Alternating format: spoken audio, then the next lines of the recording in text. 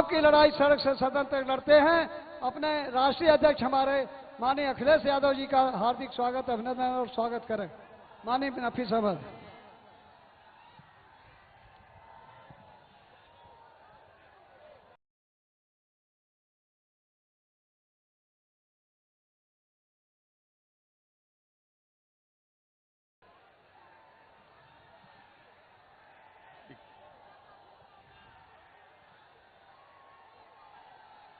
आज की इस ऐतिहासिक रैली की अध्यक्षता कर रहे बिलेरियागंज चेयरमैन प्रतिनिधि आदरणीय कोमल पासवान जी,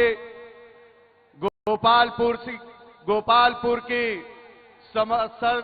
समाजवादी सरजमीन पर आए हुए हमारे नेता, करोड़ों दिलों की धड़कन, गरीबों मजलूमों की आवाज, विकास पुरुष आदरणीय अखिलेश यादव जी, हमारे साथ विधायक सगड़ी बड़े भाई डॉक्टर एच.एन. पटेल साहब, हम सबके नेता आदरणीय पूर्व मंत्री आदरणीय बलराम बाबू जी, हम मंच पे विधानसभा के हमारे शानदार अध्यक्ष डॉक्टर हरिराम सिंह यादव जी, पूर्व एमएलसी राकेश कुमार यादव जी, हमारे बड़े भाई जनाब शाह आलम गुड्डू एमएलसी साहब, गाजीपुर से चलकर आए हुए बड़े भाई पूर्व विधायक जनाब शिफकतुल्ला अंसारी साहब, हमारे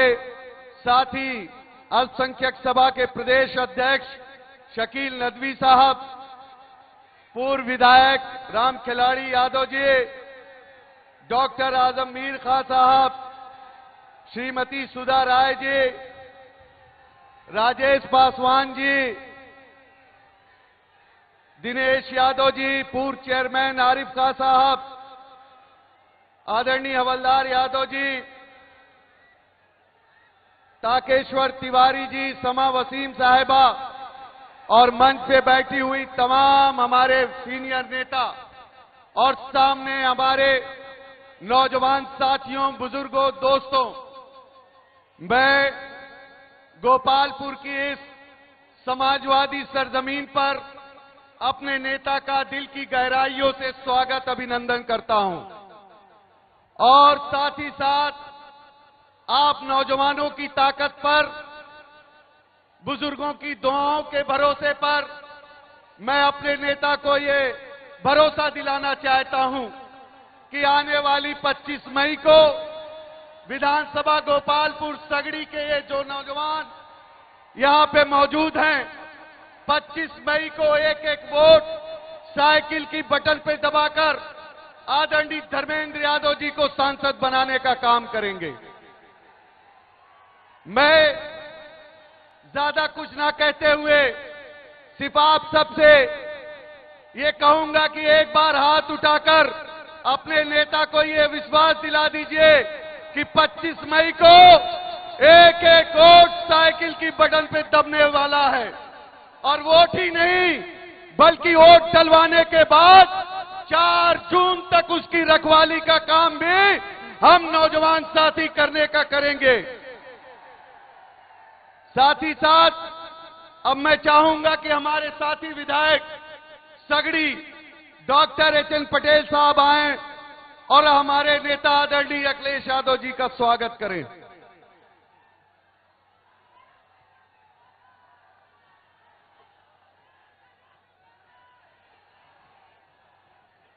आज इस सभा के अध्यक्षता कर रहे अध्यक्ष जी, मंच पे उपस्थित हम नौजवानों की दिशा और दशा तय करने वाले हमारे राष्ट्रीय अध्यक्ष परम आदरणीय अखिलेश यादव जी, मंच पे उपस्थित हमारे यहां से चुनाव लड़ रहे परम आदरणीय धर्मेंद्र यादव जी, मंच पे उपस्थित बाबूजी, मंच पे उपस्थित एमएलसी गुड्डू जी, मंच पे उपस्थित समस्त समाजवादी नेतागण, उपस्थित समस्त नौजवान साथियों, बुजुर्गों, पुलिस में लगे हुए हमारे सहयोग कर रहे पुलिसकर्मी, मीडिया बंधुओं, मैं सिर्फ भाषण नहीं दूंगा, एक गीत के माध्यम से आपको मैं गीत सुनाना चाहता हूं। बस उसी के बाद हमारा भाषण समाप्त हो जाएगा। बहु रुपया का भेष बनाया,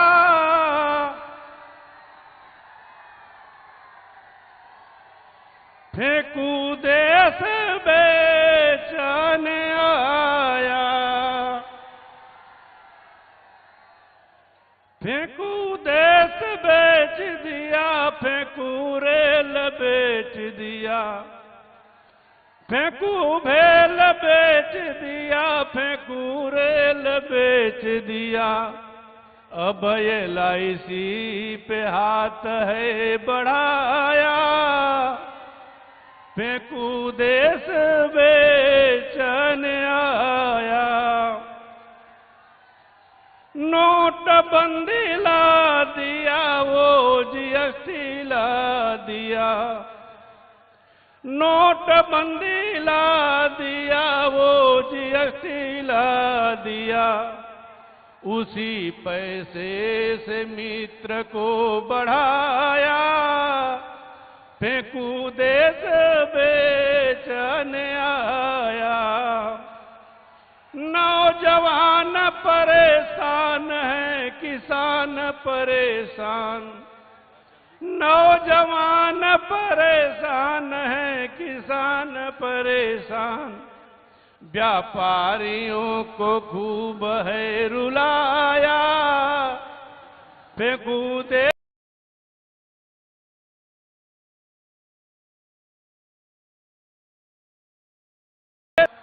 लिया।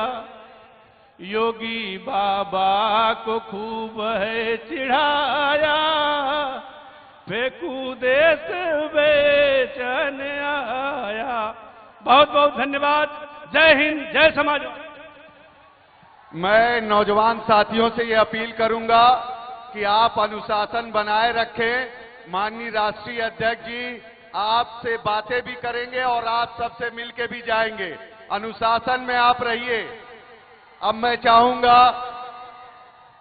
चाहूंगा कि हमारे बड़े भाई जनाब शाह आलम गुड्डू जमाली साहब, MLC साहब वो आए और आप सबको खिताब करें।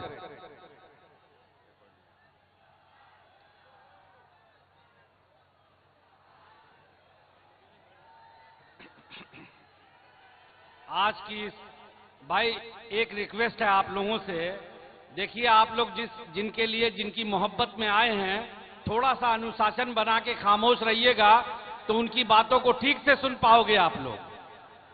आज की इस शानदार मीटिंग में हम सबके और आपके हरदिल अजीज समाजवादी पार्टी के राष्ट्रीय अध्यक्ष आदरणीय माननीय अखिलेश यादव जी और हमारे मित्र आपके अजीज हमारे भाई और यहाँ के लोकसभा प्रत्याशी आदरणीय धर्मेंद्र यादव जी और यहाँ के आपके लोकप्रिय विधायक आदरणीय नफीस जी, सगड़ी के लोकप्रिय विधायक आदरणीय HN पटेल साहब, हमारे जिले के शानदार जिला अध्यक्ष आदरणीय हवलदार यादव जी, हमारे मित्र गुड्डू भाई XMLC इकबाल सिंह साहब, हम लोगों के लिए गार्जियन स्वरूप आदरणीय हमारे पिता स्वरूप आदरणीय बलराम यादव साहब, हमारे गाजीपुर से चल करके सिबकुतुल्लाह अंसारी साहब और बहुत सारे हमारे साथी बैठे हुए हैं।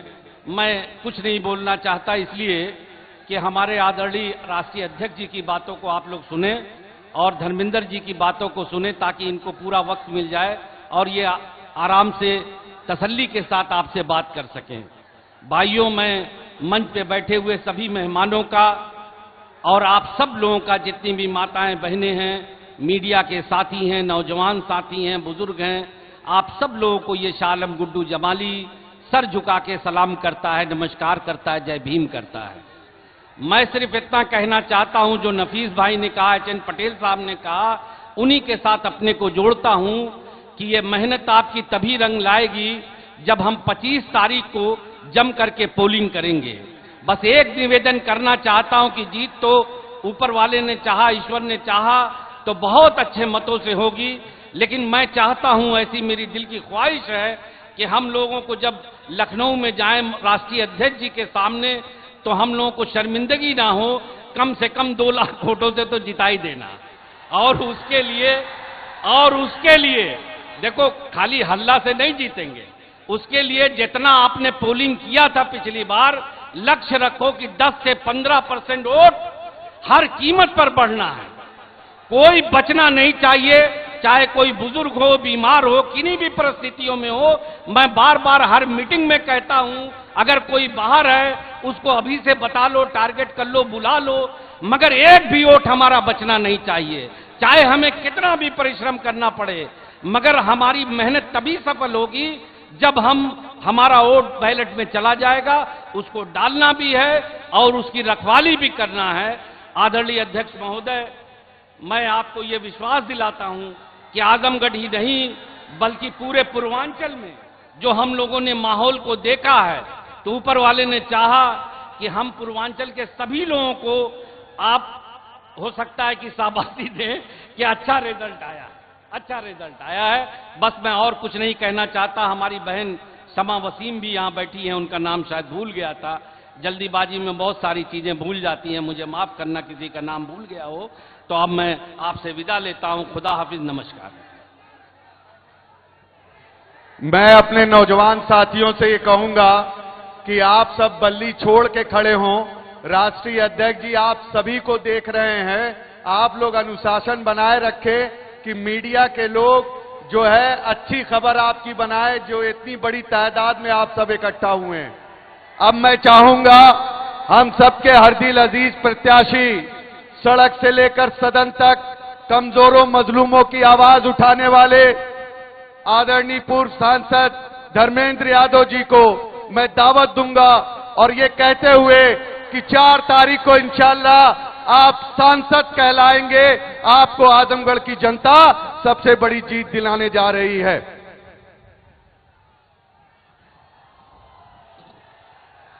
आज के इस शानदार सभा के सम्मानित अध्यक्ष आरडी कोमल पासवान जी, हमारे आपके ही नहीं बल्कि पूरे देश के नौजवानों, किसानों, बुनकरों, व्यापारियों और समाज के हर तबके की उम्मीद और आशा के केंद्र हम सबके राष्ट्रीय अध्यक्ष आरडी अखिलेश यादव जी, मंचासीन आरडी बलराम बाबू जी, आरडी गुड्डू जमाली साहब, आरडी नफीस अहमद साहब, आरडी एचएन पटेल जी, आरडी अभय नारायण पटेल जी, आरडी जयराम पटेल जी, आरडी समा वसीम जी, आरडी राकेश भाई गुड्डू जी से लेके सभी जो हमारे राजीव राय जी भी आए हैं मदद करने, आरडी सुधा राय जी आई हैं, हमारे इस चुनाव अभियान को गति देने जितने भी साथी आए हैं, राजपाल कश्यप जी आए हैं, इन सभी सम्मानित हमारे नेतागण और गोपालपुर सगड़ी के उपस्थित मेरे सभी सम्मानित बुजुर्गों, नौजवान साथियों, पत्रकार मित्रों, आज के इस मौके पर मैं अपने सभी गोपालपुर और सगड़ी क्षेत्र के लोगों की ओर से हम सबके नेता आरडी अखिलेश यादव जी का हृदय से स्वागत करता हूं, अभिनंदन करता हूं, वंदन करता हूं। साथियों, इस मौके पर आरडी राष्ट्रीय अध्यक्ष जी, मैं आपको यकीन और विश्वास दिलाना चाहता हूं, ये शानदार आजमगढ़, जिस आजमगढ़ को नेताजी ने अपनी धड़कन समझा, नेताजी ने अपने दिल के करीब समझा और सदैव नेताजी की परंपरा को जिस तरीके से आपने अपने आजमगढ़ को दूसरा घर माना है, ऐसे आजमगढ़ के लोगों की सेवा में मैं कभी कोई कमी नहीं आने दूंगा। ये मैं राष्ट्रीय अध्यक्ष जी आपको और सभी आजमगढ़ वासियों को यकीन और विश्वास और भरोसा दिलाना चाहता हूं। मेरे आजमगढ़ वासियों, ये आजमगढ़ की सरजमी जब नेताजी के दिल के इतने नजदीक रही है, तो आप समझ सकते हो आपकी सेवा करना मेरे लिए कितना सौभाग्य की बात है, कितनी जिम्मेदारी की बात है। हम तैयार हैं अपनी उस जिम्मेदारी को पूरी क्षमता के साथ निभाते हुए आजमगढ़ के लोगों, आपके मान, आपके सम्मान, आपके स्वाभिमान, हर मौके पर आपकी लड़ाई को बहुत मजबूती से लड़ने का काम मैं करूंगा, ये सभी साथियों को यकीन और भरोसा दिलाता हूं। आजमगढ़ के मेरे भाइयों, आरडी राष्ट्रीय अध्यक्ष जी की मौजूदगी में मैं कहना चाहता हूं, जब आप सबका आशीर्वाद लेके दिल्ली की लोकसभा तक पहुंचूंगा तो उस लोकसभा के अंदर सद्य नेताजी की नीतियों में, आरडी अखिलेश यादव जी के नेतृत्व में जो देश के संविधान को, देश के लोकतंत्र को, देश के आरक्षण को जो बचाने की लड़ाई आरडी राष्ट्रीय अध्यक्ष जी आप लड़ रहे हैं, उस लड़ाई का एक मजबूत सिपाही बनकर आजमगढ़ के लोगों आपका मान और सम्मान और गौरव बढ़ाने का मैं हर संभव प्रयास करूंगा।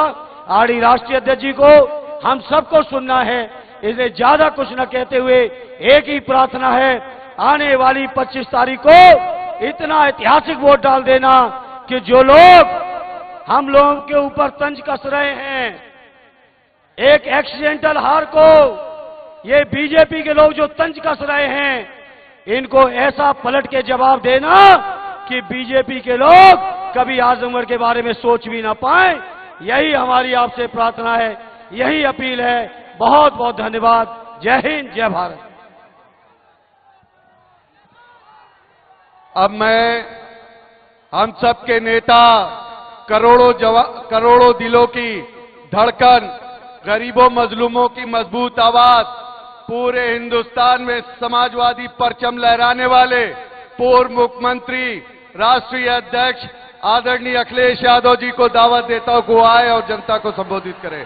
अखिलेश यादव, अखिलेश यादव, अखिलेश यादव, अखिलेश यादव, अखिलेश यादव, अखिलेश यादव। उठाइए दोनों हाथ एक बार, जोरदार तालियों से स्वागत भारत के भविष्य पीडीए के सर्वमान्य नेता अखिलेश यादव जी के लिए। बहुत धन्यवाद।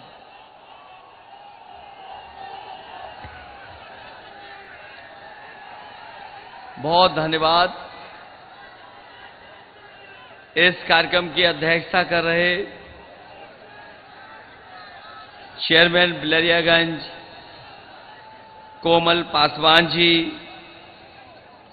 हमारे साथ मंच पर उपस्थित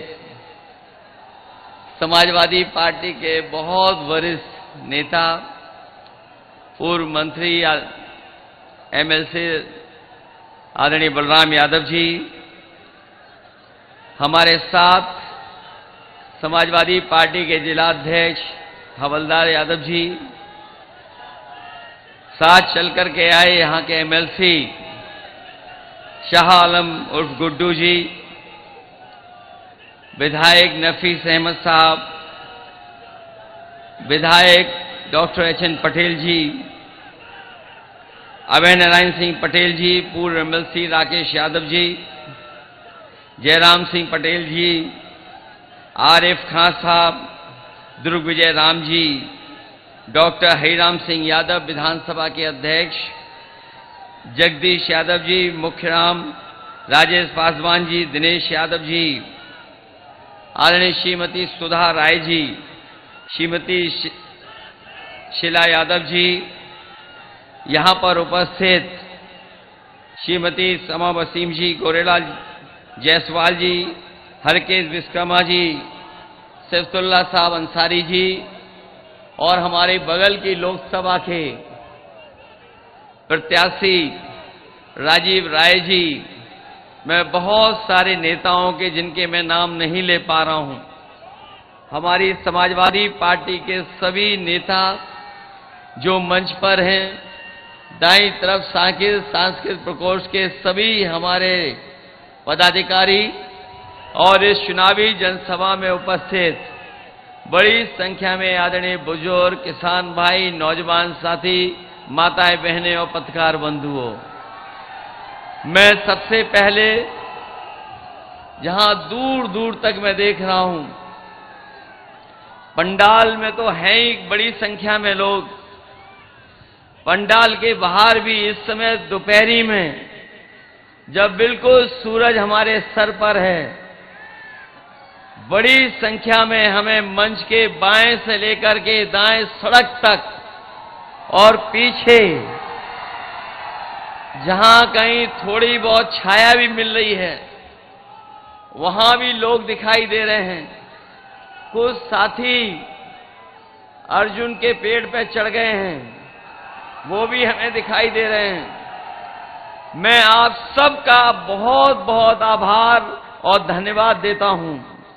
मुझे उम्मीद है कि 2024 का चुनाव जो होने जा रहा है, आजमगढ़ के लोग न केवल जिताने जा रहे हैं, बल्कि इस बार यहां की जनता ने जो मन बनाया है कि रिकॉर्ड मतों से समाजवादी पार्टी जीत करके जाएगी।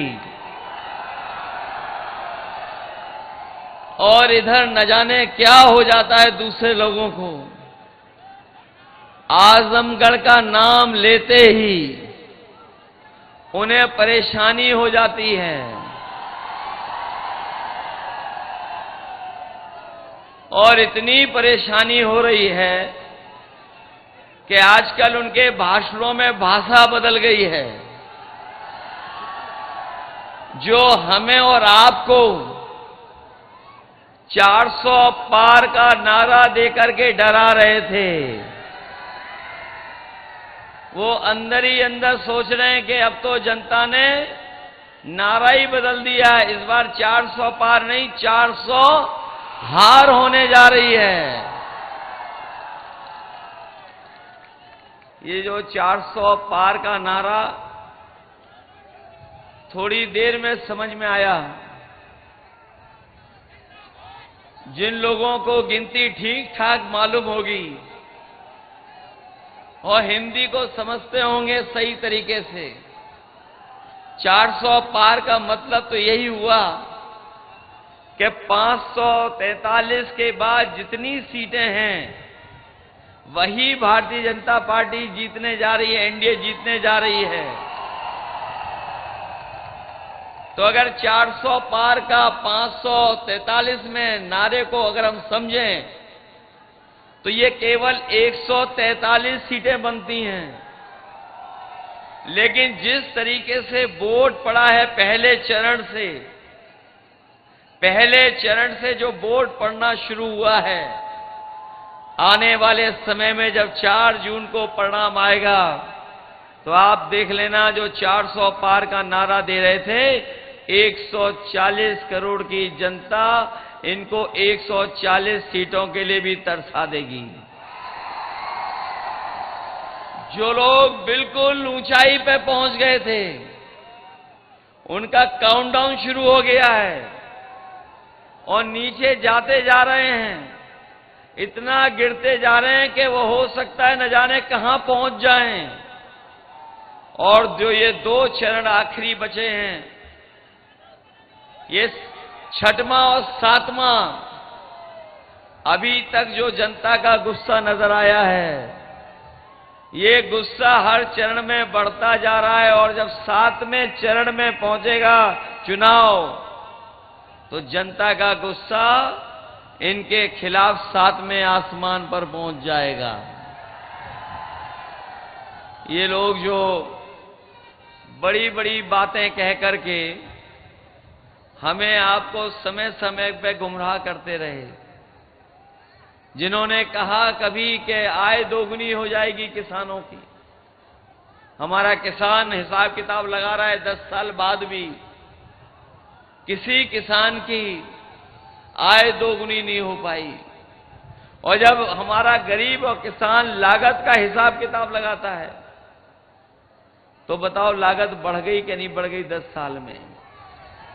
न केवल लागत बढ़ी है बल्कि जिस तरीके से महंगाई बढ़ी है और लगातार महंगाई बढ़ा करके इन्होंने हमारे गरीब किसान खेती बाड़ी करने वालों का जीवन संकट में डाल दिया। जिन्होंने बहुत बड़े पैमाने पर बड़े बड़े उद्योगपतियों का, कारोबारियों का जो कर्जा माफ किया है, लेकिन हमारे किसानों का कर्ज माफ नहीं हुआ है। इसलिए इस मौके पर हम आपको भरोसा दिलाने आए हैं। आपने इंडिया गठबंधन और समाजवादी पार्टी के बारे में पढ़ लिया होगा, जान लिया होगा, और ये इंडिया गठबंधन ने तय किया है कि जिस तरह बड़े बड़े उद्योगपतियों का, कारोबारियों का कर्ज माफ हुआ है, आने वाले समय में 4 जून के बाद जब सरकार बनेगी तो हमारे गरीब और किसानों का भी कर्ज माफ उसी तरीके से होगा। उन्होंने जब नियम बनाया तो नियम ये बनाया कि जिन लोगों का कर्ज बैंक से है और 5 करोड़ से ऊपर का कर्ज है, उन्हीं का कर्ज माफ होगा। इन्होंने गरीबों के साथ धोखा किया, किसानों के साथ धोखा हुआ, क्योंकि हमारा गरीब और किसान केवल लाखों में कर्ज लेता है। इन्होंने 26 लाख करोड़ अभी तक बड़े बड़े उद्योगपतियों का कर्ज माफ किया पिछले 10 साल में, लेकिन उसके 10% भी अभी किसानों का कर्ज जो माफ नहीं हुआ है। इसलिए समाजवादी पार्टी और इंडिया गठबंधन ये फैसला लेकर के चला है, न केवल कर्ज माफ होगा बल्कि अपने किसानों को लिए जो कानूनी अधिकार की लड़ाई थी कि एमएसपी के लिए कानूनी अधिकार मिल जाए, तो किसानों को कर्ज माफी के साथ साथ उनकी फसल की पैदावार के लिए कानूनी अधिकार दिला करके उन्हें खुशहाल बनाने का काम भी होगा। वहीं यहां हमारे नौजवान हमें दिखाई दे रहे हैं, ये बहुत मेहनत तैयारी कर करके परीक्षाएं देने जाते थे और पिछले 10 साल से लगातार कोशिश कर रहे हैं कि इन्हें नौकरी और रोजगार मिल जाए। नई सरकार ने नौकरी दी, न इन नौजवानों को सम्मानजनक रोजगार दिया। और जब कभी भी हमारा नौजवान तैयारी कर करके परीक्षा देने गया तो जब मालूम पड़ा और वो घर लौट करके आया तो पता लगा कि परीक्षा का पेपर लीक हो गया। जो लोग परीक्षा दे करके आए होंगे वो जानते होंगे कि एक पेपर लीक नहीं हुआ है। अभी तक जितनी परीक्षाएं हुई हैं हर परीक्षा का पेपर लीक हो गया, और अभी तक जो गिनती आ रही है वो गिनती ये आ रही है कि 10 से ज्यादा परीक्षाओं के पेपर लीक हुए हैं। मैं अपने नौजवानों से कहना चाहता हूं कि ये परीक्षा के पेपर लीक नहीं हुए हैं, इस सरकार ने जानबूझ करके पेपर लीक कराया है, और इसलिए कराया कि जिससे हमारे नौजवानों को नौकरी और रोजगार न मिल जाए। कभी कभी मैंने गणित लगाया उसका, अगर 60 लाख बच्चे छूट गए जिनकी परीक्षा होनी थी, जिन्हें नौकरी नहीं मिल पाई, अगर उनके मां बाप को भी हम जोड़ दें तो कुल मिलाकर के ऐसे लोग जो उत्तर प्रदेश में हैं, अगर एक परिवार के 3 सदस्य प्रभावित हैं उससे, तो अभी तक जो परीक्षाओं के पेपर रद्द हुए ऐसे 60 लाख नौजवान हैं।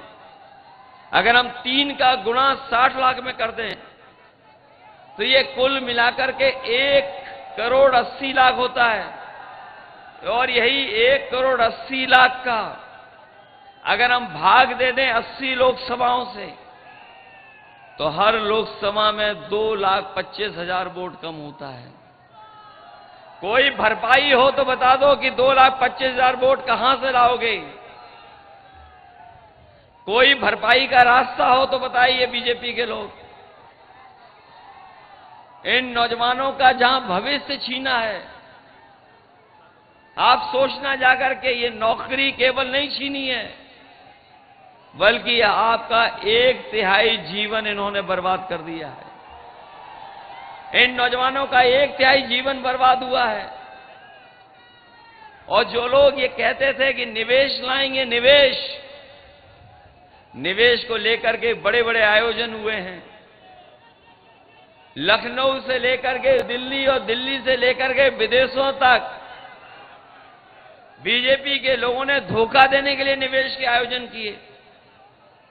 पहले निवेश किए, फिर डिफेंस को लेकर के बड़े बड़े आयोजन हुए, फिर जनता को गुमराह करने के लिए G20 के आयोजन हुए, लेकिन कोई भी निवेश जमीन पर नहीं पहुंचा।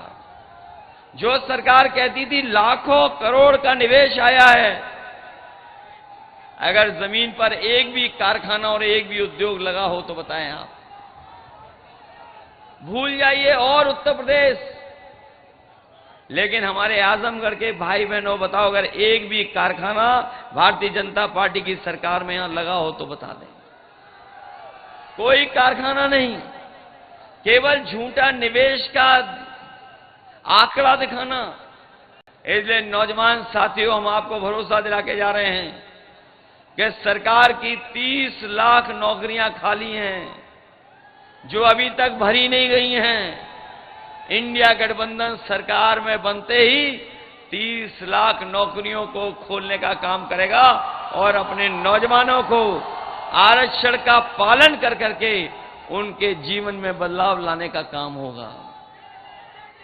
न केवल 30 लाख नौकरियां, बल्कि जो अग्निवीर वाली व्यवस्था थी, जिसमें बड़े पैमाने पर नौजवान फौज में भर्ती होते थे, जाके उन्हें वर्दी पहनने को मिलता था, पक्की नौकरी मिलती थी।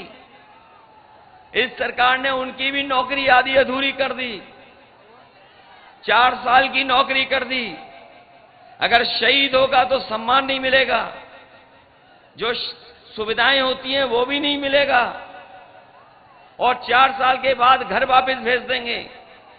हम समाजवादी लोग अपने नौजवानों को भरोसा दिला के जा रहे हैं कि ये अग्निवीर व्यवस्था कभी भी लागू नहीं होगी। सब सरकार बनेगी तो अग्निवीर व्यवस्था खत्म करा करके जो पहले व्यवस्था थी पक्की नौकरी वाली, वही फौज की पक्की नौकरी दिलाने का काम भी हम लोग नौजवानों को करेंगे। इनके 10 साल में हर बात झूठी निकली इनका हर वादा झूठा निकला। जो लोग बड़ी बड़ी बातें करते थे,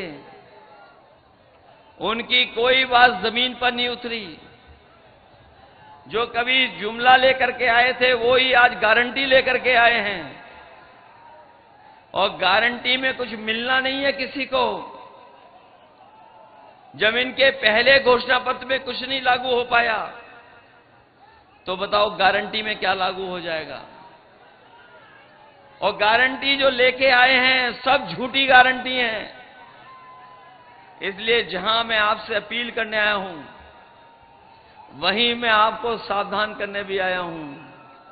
ये समय समय पर भारतीय जनता पार्टी ने न केवल साजिश कर करके, झूठ बोल करके जनता को गुमराह करने का काम किया, और इनका एक एक अगर हम फैसला देख लेंगे तो फैसला जनता के खिलाफ